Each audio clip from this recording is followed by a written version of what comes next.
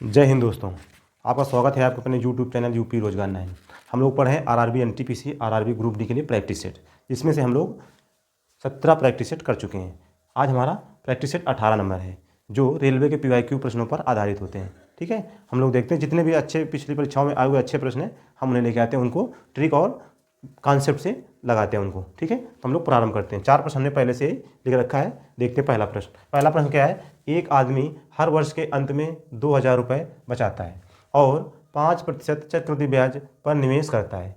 3 वर्ष के अंत में उसके पास कितनी धनराशि हो जाएगी। यानी एक व्यक्ति है, वो 3 साल, हर साल के अंत में 3 बार जमा करता है। हर साल के अंत में वो 2,000 रुपये जमा करता है। 2,000 यहाँ जमा किया, 2,000 यहाँ जमा किया, 2,000 यहाँ जमा किया, और उसको ब्याज भी मिलता है 5% का चक्रवृद्धि ब्याज पर। तो उसके पास कितनी राशि का मतलब कितना अमाउंट पूछ रहा है हमसे, मिश्र धन। सबसे पहले 2,000, 2,000, 6,000 तो यही होता है। कुछ इसमें ब्याज मिलेगा, तो कुछ ब्याज मिलेगा, इसका मतलब राशि जो होगी 6,000 से ज़्यादा होगी। तो इसके ऑप्शन पर एक बार न डालते हैं, तो इसका ऑप्शन बिना लगाए हम देख सकते हैं इसमें कितना 6,305 रुपये आ जाएगा। ठीक है, इसको हम इस तरह हल कर सकते हैं, लेकिन हल कैसे करेंगे देखते हैं। जैसे 3 साल की बात करा तो पहले साल, दूसरा साल और तीसरा साल। तो पहले साल 2,000 रुपये जब जमा कर किया जाएगा तो 2,000 रुपये में 5% निकालेंगे। 2,000 का 5%, 2,000 का 5%, 2 जीरो करें कितना आएगा 100, यानी 100 रुपये यहाँ ब्याज मिल जाएगा। ठीक है, आगे चलेंगे। दूसरे साल के अंदर कितना 2,000 फिर से जमा किया, तो इस पर भी कितना 100 रुपये ब्याज मिल जाएगा। ठीक है, तीसरे साल चलेंगे, कितना 2,000 जमा किया। जब 2,000 जमा किया तो इस पर कितना मिलेगा 100 रुपये, इस यहाँ पर भी मिलेगा। लेकिन जब दूसरे साल जाएंगे तो ये जो ब्याज है इस पर भी ब्याज ये मिलेगा, इस पर भी ब्याज मिल जाएगा। कितना 100 का 5% कितना 5 हो जाएगा। अब जोड़ दो तीनों को, तो 6,000 तो यहाँ से मिल जाएगा ये, और ये कितना 305 रुपये ब्याज यहाँ से मिल जाएगा। टोटल कितना है 6,305 रुपये। इस प्रकार से लगाना है। हम वैसे इसे बिना लगाए ही देख सकते थे ऑप्शन के मेथड से। अगला प्रश्न देखते हैं, प्रश्न नंबर दूसरा। दीपक की आयु गौरव की आयु की 4/3 गुना है। तो दीपक की आयु, गौरव को मानते हैं जी, 4/3 गुना। तो दीपक अनुपात लेते हैं 4, जी इधर आ जाएगा 4/3, यानी दीपक अगर 4 वर्ष का है तो गौरव 3 साल का है। अब कह रहा 4 वर्षों के बाद दोनों की आयु का योग 50 वर्ष है। 4 वर्ष बाद दोनों 50 के हैं, तो वर्तमान में कितना होगा 4 साल वो बड़ा होगा, 4 साल वो बड़ा होगा। यानी दीपक भी 4 साल बड़ा है और गौरव भी 4 साल बड़ा है, तो दोनों कितना बड़ा है 8। यानी अगर 4 साल बाद 50 है, उसमें 8 ये दोनों बढ़े, तो कितना वर्तमान में कितना है दोनों 42 वर्ष के, और दोनों वर्तमान में है कितना 4, 3, 7, यानी 7 यूनिट का मान कितना होता है 42। तो 1 यूनिट कितना आएगा 6। गौरव की वर्तमान कितना है 3, तो 3 से गुणा कितना आ जाएगा 18 वर्ष। हमसे पूछा 3 वर्ष पहले गौरव की आयु, तो इसमें 3 वर्ष पहले 3 घटा देंगे, कितना आ जाएगा 15 वर्ष। कितना आया 15 वर्ष। इसका ऑप्शन नंबर कौन सा आ जाएगा ए, ऑप्शन नंबर ए आ जाएगा।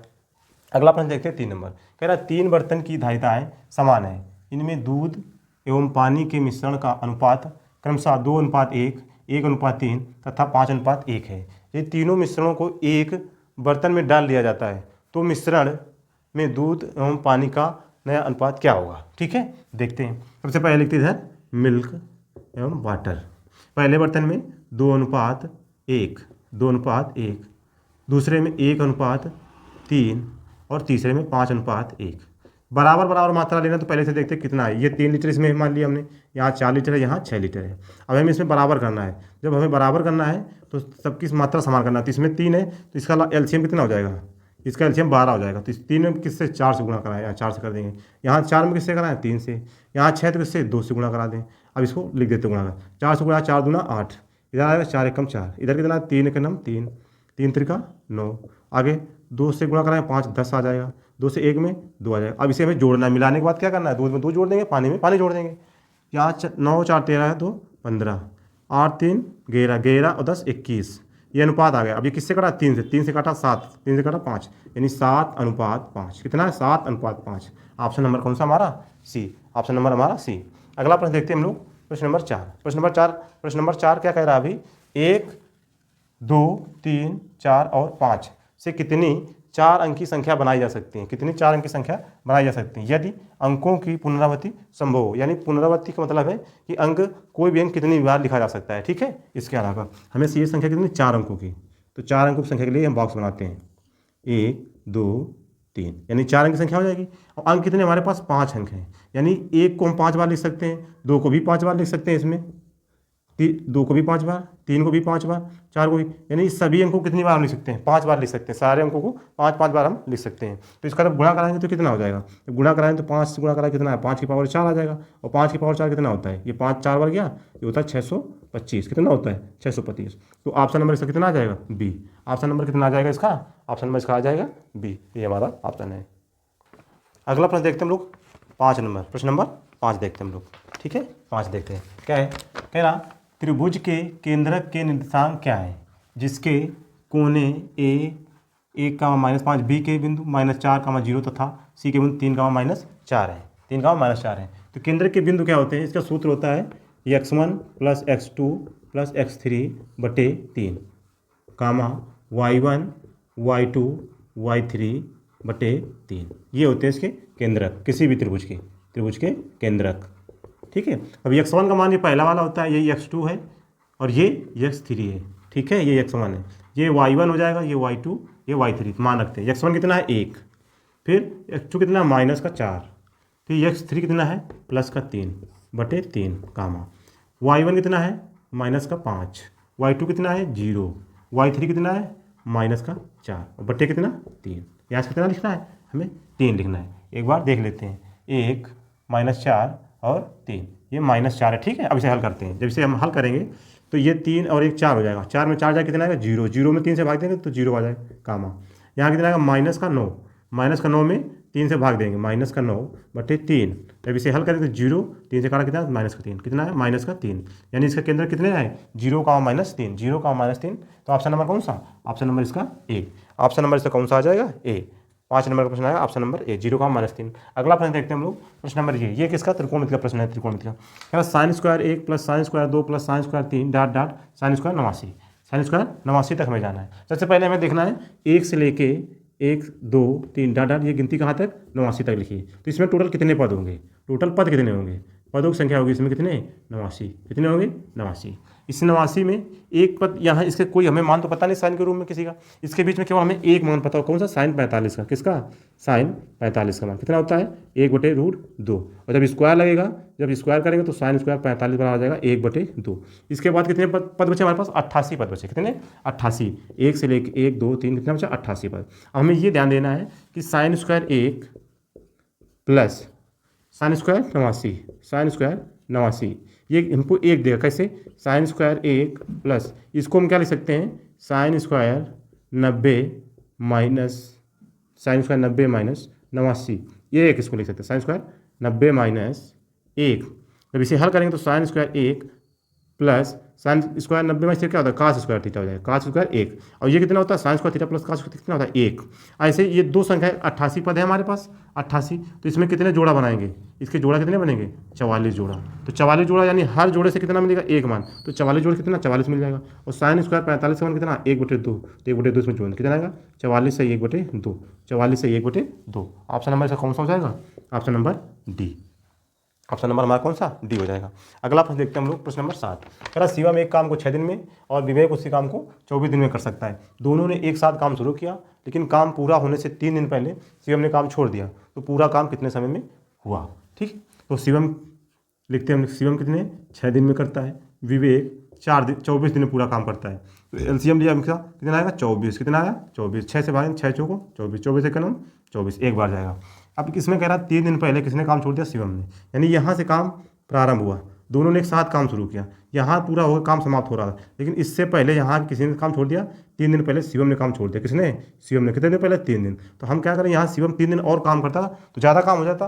तो एक दिन में शिवम कितना कर रहा है, शिवम एक दिन में कितना कर रहा है 4, तो 3 दिन कितना करेगा 12, यानी अगर वो आखिरी तक 3 दिन और काम करता तो उससे हम 12 दिन काम और कराते, 12 काम और करा लेते, तो 12 इसमें जोड़ देंगे, टोटल काम कितना हो जाएगा 36। अब ये काम दोनों मिलकर कर रहे हैं, कौन 4 और 1, इसकी क्षमता कितनी 4, इसकी क्षमता 1, तो कितना 5, तो 5 से भाग देंगे इसमें कितना आएगा 5 7 35, कितना बचा 1/5, 7 सही 1/5। ऑप्शन नंबर कौन सा बी, ऑप्शन नंबर इसका कौन सा हो जाएगा बी। अगला प्रश्न देखते हैं हम लोग, प्रश्न नंबर हमारा 8 है।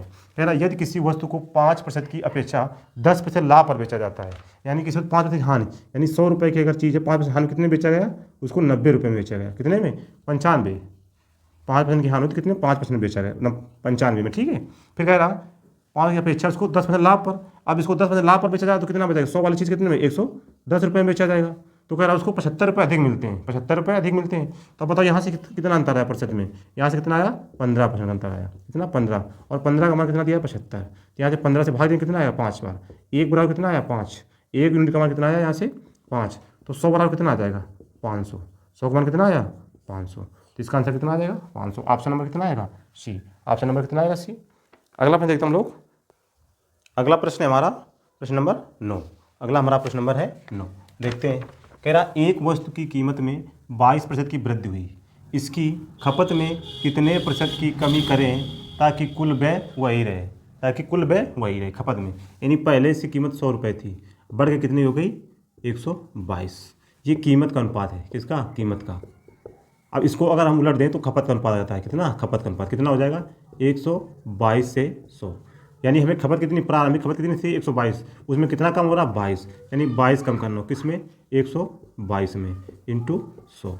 अब इसे हमें हल करना है। अब ध्यान से देखें, अगर हम इसे 121 मान लेते हैं, इसको 121 मान लेते हैं, तो 121 मान लेते 11 से काटें 2 आए, 11 से काटें 11 11 121, यानी 2/11 होगा। 2/11 इंटू 100। 1/11 कितना होता है 1/11 होता है हमारा 9.09।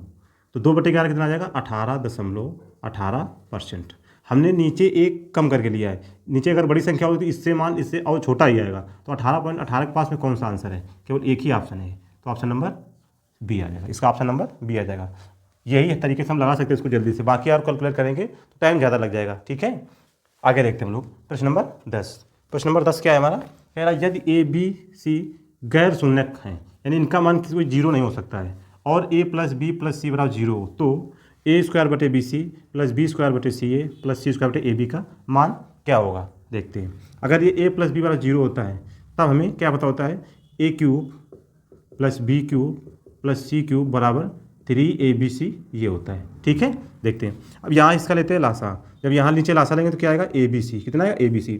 यहाँ कितना हो जाएगा a³ प्लस यहाँ जब कितना आ जाएगा b³ प्लस यहाँ कितना हो जाएगा c³। ठीक है, अब इसकी हम क्या लिख सकते हैं 3abc। नीचे क्या है abc, ये इससे कट जाएगा, कितने इसका आंसर आया 3। abc कट जाएगा, कितना हो जाएगा 3। तो इसका ऑप्शन नंबर कौन सा आएगा, option number C. Option number हमारा सी हो जाएगा।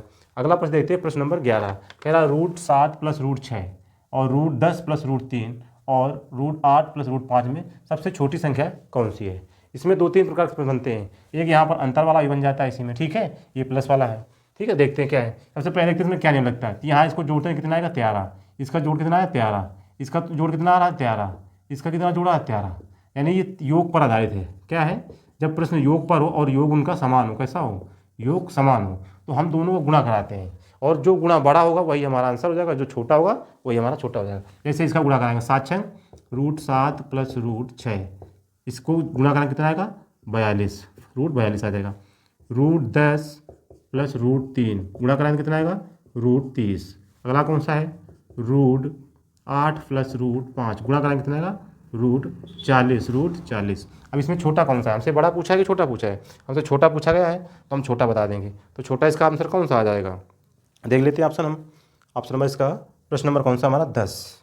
ठीक है, प्रश्न नंबर हमारा कौन सा है 10। देखते हैं इसमें छोटा कौन सा है √30। √30 का मान कितना है 10√3, 10 प्लस √3, तो ऑप्शन नंबर कौन सा है ए, ऑप्शन नंबर ए। अगर यहाँ माइनस होता तो हम देखते हैं इसका अंतर समान है, अगर अंतर समान होता तो जो सबसे छोटी होती है, नंबर जो छोटा लिखा होता वही हमारा छोटा हो जाता।